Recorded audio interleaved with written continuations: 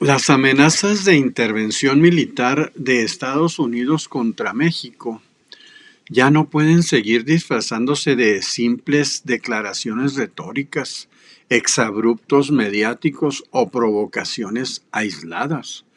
Se trata de un discurso sistemático, reiterado y cada vez más agresivo, impulsado desde las más altas esferas del poder estadounidense, que ha ido consolidándose hasta construir una narrativa peligrosa.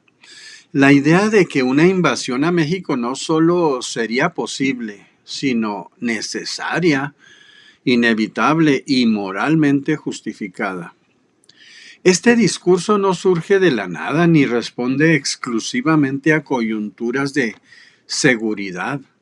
Legisladores republicanos del Congreso de Estados Unidos, acompañados por el propio presidente Donald Trump, han promovido abiertamente la posibilidad de violar la soberanía mexicana bajo el pretexto del combate al crimen organizado. El argumento es tan perverso como cínico. Presentar a México como un estado fallido o incapaz para así legitimar una incursión armada extranjera. De esta forma, la violencia generada por el narcotráfico es instrumentalizada para justificar una agresión militar que, lejos de resolver el problema, lo profundizaría y extendería a una escala regional. Trump ha ido aún más lejos al afirmar que la presidenta de México tiene miedo de enfrentar a los cárteles, arrogándose el derecho de ofrecer ayuda militar directa, particularmente mediante operaciones por tierra. Sin embargo, esta supuesta ayuda no es otra cosa que el lenguaje encubierto de una ocupación armada, una intervención que colocaría tropas extranjeras en suelo mexicano sin consentimiento pleno, reduciendo al país a un escenario de guerra impuesto desde el exterior. La decisión del gobierno estadounidense de clasificar los cárteles mexicanos como organizaciones terroristas no es un acto aislado ni una medida técnica. Es una maniobra estratégica cuidadosamente calculada, diseñada para abrir la puerta legal, política y mediática a una intervención militar directa.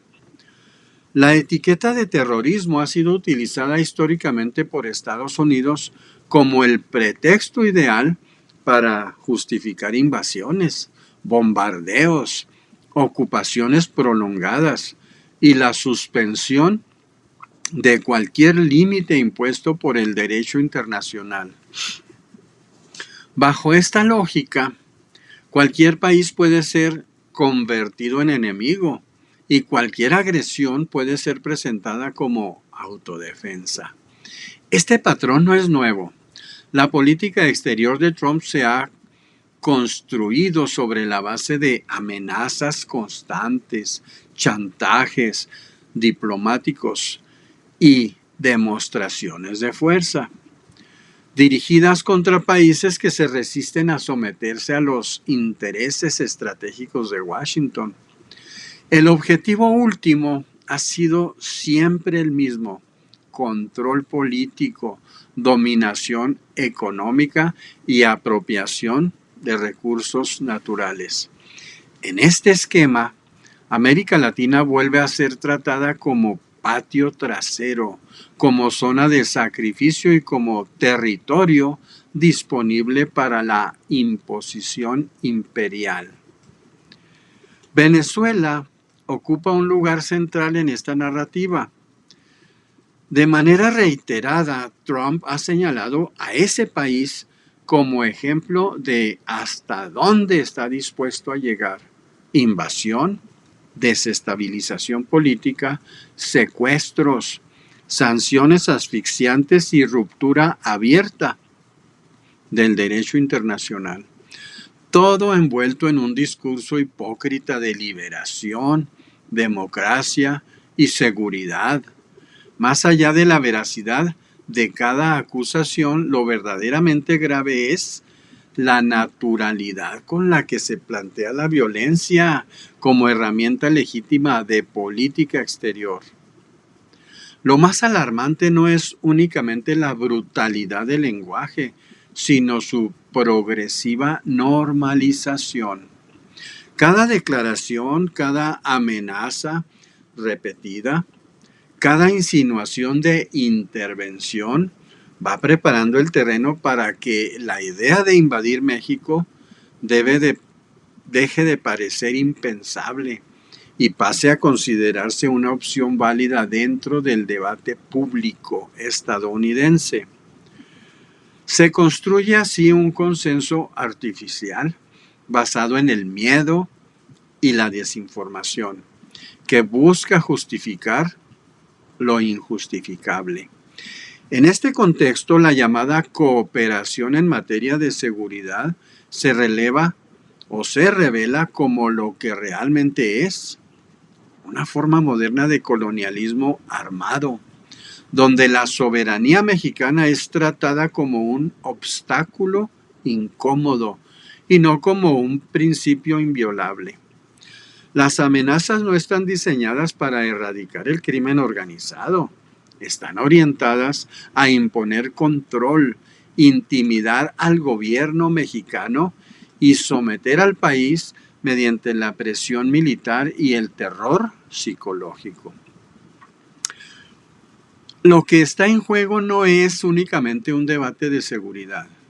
Está en riesgo la dignidad nacional, la independencia política y el derecho del pueblo mexicano a decidir su propio destino sin la bota extranjera sobre su territorio.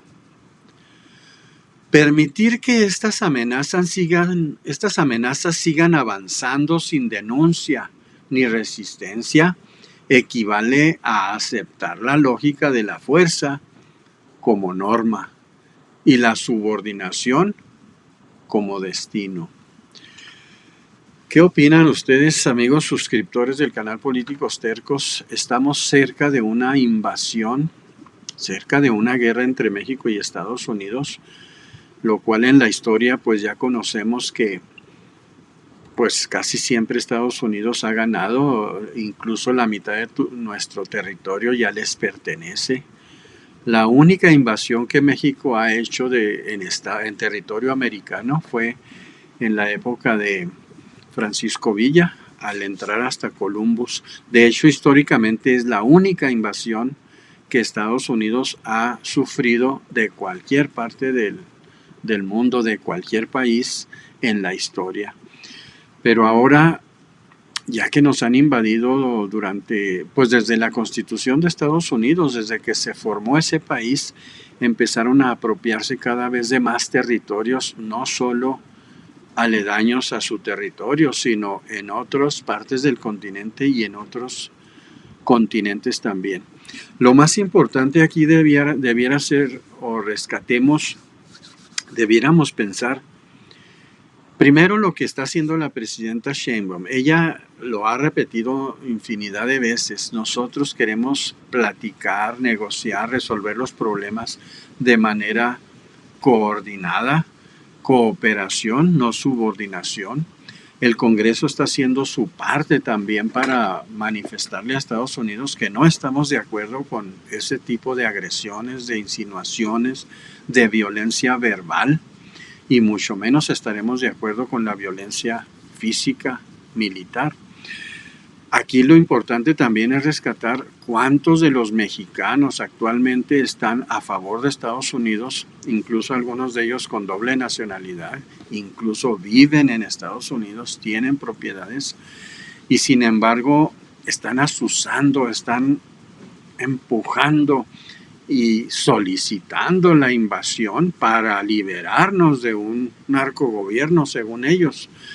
Eso es muy importante ojalá nunca suceda, pero el día que llegue a suceder la guerra México-Estados Unidos, no olvidemos los traidores que han originado parte de este proceso. Actualmente la mayoría de ellos militan en la oposición, lo que sería el PRIAN, el PRI, el PAN, MC. Muchos de estos políticos o empresarios están a favor de que México sea invadido y lo manifiestan abiertamente, dándole a Trump pues algo de lo que necesita para sentirse feliz. Porque ya hablando de Donald Trump, todos sabemos, es un personaje muy extraño. Hace lo que se le antoja a pesar de que sepa que va contra la ley. El caso del secuestro del presidente Nicolás Maduro fue ilegal, no fue autorizado por su Congreso, no fue autorizado por las autoridades americanas. Él como presidente de Estados Unidos se toma las facultades de un dictador, que es lo que combate, entre palabras o entre comillas, siempre está combatiendo en el mundo a los dictadores, que haya democracia, que haya respeto a los derechos humanos, pero aquí estamos viendo con claridad que Trump no va por ese rumbo. Él va por apropiarse de México, de Cuba, Colombia, Venezuela, Groenlandia, pues hasta donde le alcance.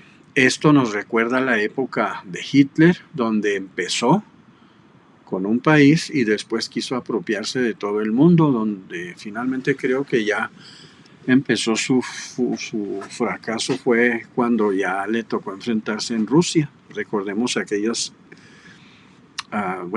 hazañas de los habitantes de la URSS, sobre todo aprovechando el clima tan extremoso que hay. Bueno, los que saben de historia nos podrán dar más ejemplos y comentarios de ese tema. Lo que a mí me corresponde es preguntarles a ustedes qué opinan acerca de esta situación que estamos pasando, porque puede ser que simplemente sean habladurías de Trump. Ya lo vimos en Venezuela que sí lo hizo.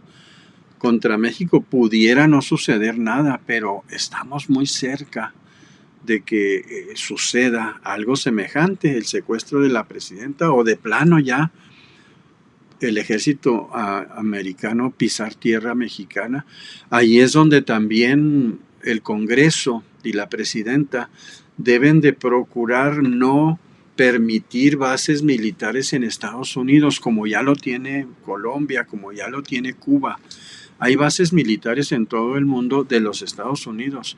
Si permitimos que ellos vengan, como se ha mencionado últimamente, vamos a enviar un grupo para que entrenen a los militares mexicanos contra los narcos. O sea, el hecho de permitir que vengan a asesorarnos en nuestro territorio ya conlleva el riesgo de que una vez estando dentro puedan hacer lo que les plazca. Bueno, es un tema muy largo, esperemos que sigamos hablando de esto y ansiamos que no pase a mayores, que esto no suceda. México, Estados Unidos son vecinos, tenemos parientes en ambos países, hay muchos norteamericanos viviendo en México felices y hay muchos mexicanos viviendo en Estados Unidos trabajando y siendo felices también, haciendo su vida, sus familias. México y Estados Unidos no deben enfrentarse militarmente, deben negociar acuerdos comerciales donde ambos países se beneficien, como hasta la fecha ha sido, con el Tratado de Libre Comercio México, Estados Unidos, Canadá, y reforzarlo, revisarlo, mejorarlo para que a todos les beneficie. Esperemos que así sea. Muchas gracias, nos vemos en la próxima.